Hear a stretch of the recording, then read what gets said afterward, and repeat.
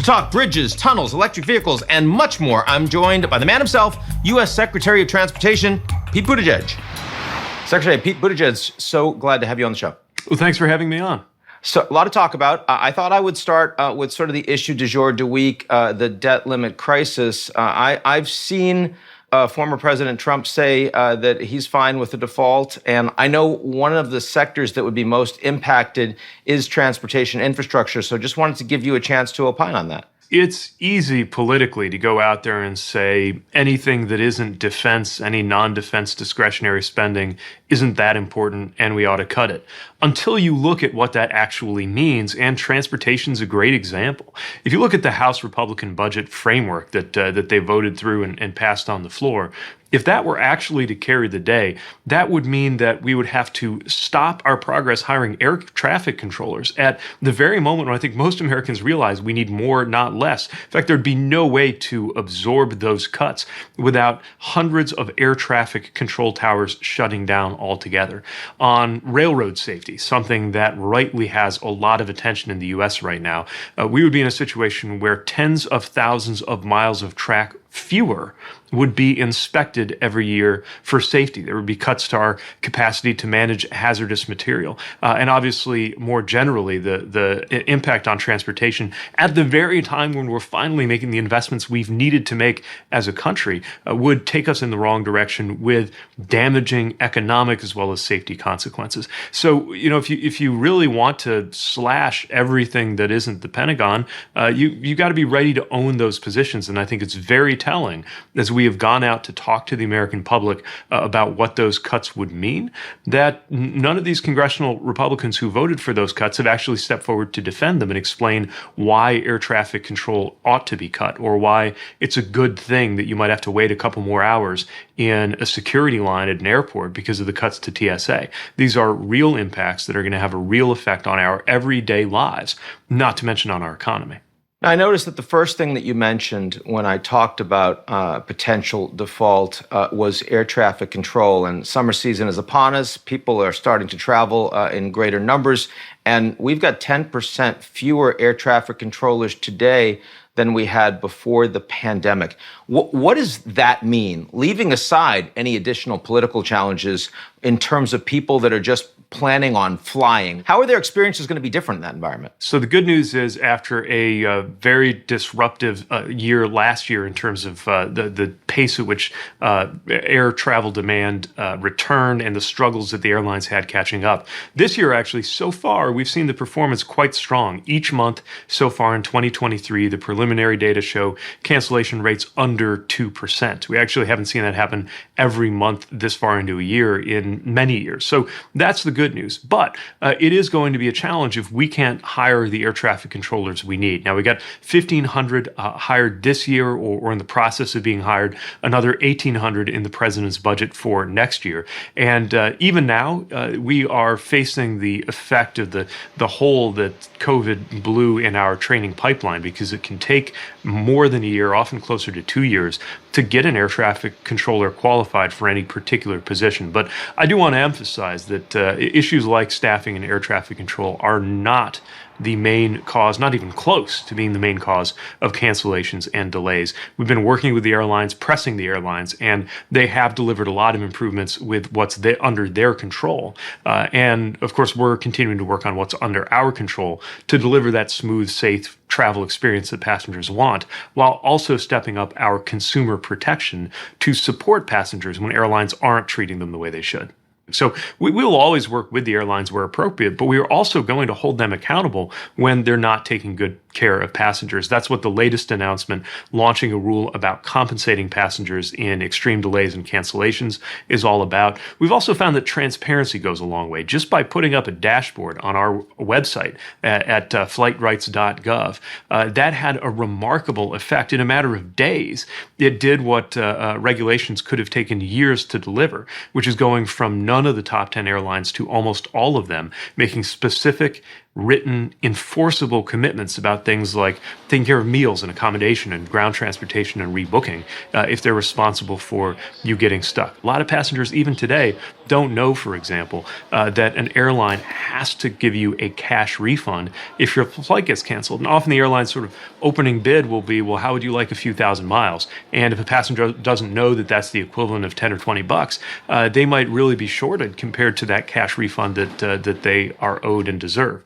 And that's also why on the back end, we are going through thousands of complaints, following up and launching enforcement actions where appropriate. And all of this is about making sure that passengers have a better experience. Our number one priority with aviation is safety. And we never take for granted the extraordinary safety record of U.S. aviation.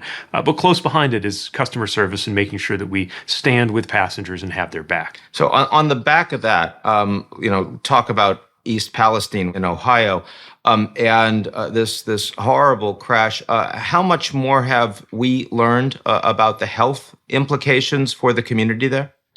Well, this is something that there's going to need to be sustained attention on for years. The tests today, soil, air, and water, indicate that it is safe. But years from now, you could see health effects, and so we need to make sure, and will, as an administration, that these residents are taken care of. Norfolk Southern has to be accountable for the short-term and long-term consequences of their derailment. And I should note that the EPA has been doing an enormous amount of work to hold them accountable. And then on the transportation side, we're working not just to make sure that they're accountable for safety issues, but to make sure that the whole freight railroad sector does better. Now, bipartisan legislation has advanced in the Senate that would give us more tools to do that with. It would add teeth to our enforcement. It would take time off of the long timeline that the railroads were planning on getting these stronger tank cars that would help prevent some of these hazardous material incidents from happening. What we need to do now is make sure that the pressure and the attention is sustained, because often when an incident like this falls out of the headlines, then you see a pattern of watering down or delaying rules and enforcement until the next terrible incident happens, and we shouldn't allow it to go that way. So I was very encouraged by this bipartisan legislation. Obviously needs to move in the House too and get to the president's desk in order for us to be able to enforce it. But we're going to continue to do everything we can with the powers that we already have, while calling on Congress to help equip us with the ability to do more. So a couple questions, bigger picture. You're joining me, I believe, from Detroit and a major conference that talks through U.S. and Asian leadership, APEC. And when I think about American policy over the last couple of years, industrial policy has been a big piece of it. It's been investing in critical infrastructure in the United States, but it's also been nearshoring, reshoring, not necessarily a lot of talk about globalization. How much is this a balancing act to ensure that we continue to have efficiency, broader global productivity growth? How much are we potentially cutting off our nose to spite our face if we're thinking about everything in the United States? Well, look, I think two things are true at the same time in this administration, and it starts with the top, with President Biden. One is a very strong commitment to making things in America, to rebuilding America's industrial base, to rebuilding American manufacturing jobs, and that's been a very successful policy so far, with over 800,000 manufacturing jobs created. You can see that here in the industrial Midwest, in Detroit, where I'm sitting, in northern Indiana, where I grew up, and really across the region. But a second thing that is, of course, also very much a hallmark of President Biden is international cooperation, relationships, and renewing relationships that were put under enormous strain and pressure under the last administration. Strong industrial policy does not have to mean isolation, and America by America doesn't have to mean America alone. Indeed, a lot of what you're seeing is not just nearshoring and onshoring, but also what Secretary Yellen memorably calls friendshoring. And this Asian Pacific Economic Cooperation Summit is a great opportunity for us to talk with friends and then talk with economies that we have had more difficult relationships with, about challenges that we all face. Nobody benefits, whatever the geopolitics, nobody benefits from the destruction that comes by way of climate change. There are a lot of supply chain issues that it makes all the sense in the world for us to engage with various economies around the world on. And what's unique about this Asia Pacific region, I think, is the diversity of players here. We've got everybody from Canada. Later, after this interview, I'll be celebrating a binational EV corridor with my Canadian counterpart, all the way through to Chile and Australia and the East Asian economies that have so much at stake in the future of the Pacific region. So this is absolutely the right time and the right place, I think, to sail right into the complexities of believing passionately in creating more jobs right here at home in the U.S., and recognizing the importance of these international relationships to get mutually important goals met. Now, there has been underinvestment structurally of the United States, whether we're talking about semiconductors, we're talking about transition and critical minerals for EVs, whether we're talking about a lot of the core components of U.S. infrastructure. You've been very heavily focused on these issues for the last couple of years. Give me a quick prioritization. Where do you think the United States is most vulnerable because of that underinvestment? Well, we have to start by fixing what we have: our roads, our bridges, our airports, not exactly leading the world. And they need to be if we want our economy to continue leading among the world's economies. And that's why the proportions of the president's infrastructure law are historic, so that we can take care of roads and bridges and trains and transit, ports and airports, everything it takes to get people and goods moving around safely.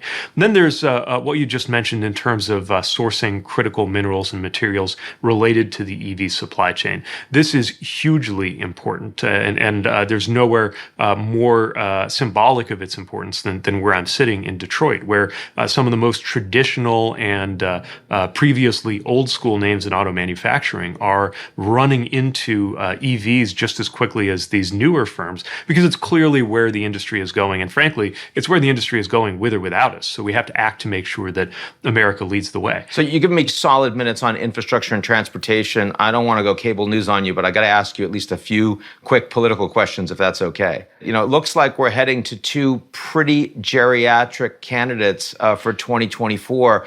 You're on the other end of that spectrum. Should there be an age limit? Should we think about one for running for the presidency?